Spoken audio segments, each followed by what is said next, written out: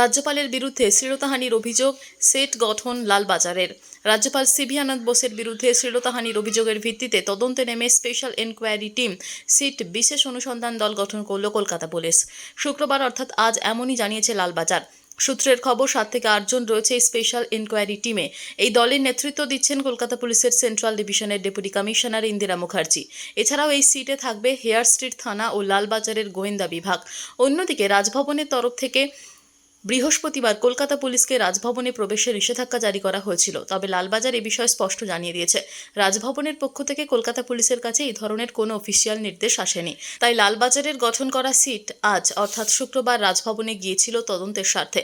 সেখানে গিয়ে কয়েকজনের সঙ্গে কথা বলে তাঁদের বয়ান রেকর্ড করেছে বিশেষ অনুসন্ধান দল। পুলিশ সূত্রের খবর, তদন্তের স্বার্থে সব রকম প্রমাণ সংগ্রহ করা হচ্ছে।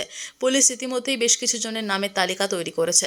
তাদের মধ্যে কিছু জনকে জিজ্ঞাসাবাদ করে তাদের বয়ান রেকর্ড করা হয়েছে, বাকিদের বয়ান রেকর্ড করা হচ্ছে। অন্যদিকে অভিযোগকারিনীর সঙ্গে কথা বলছেন বিশেষ অনুসন্ধান দলের আধিকারিকরা। অভিযোগকারিনী রাজভবনের অতিথিশালায় থাকতেন। এই অভিযোগ দায়েরের পর তিনি পুলিশের কাছে নিরাপত্তার আবেদন জানিয়েছিলেন। তার ভিত্তিতে তাকে একটি নিরাপদ জায়গায় আশ্রয় দিয়েছে লালবাজার।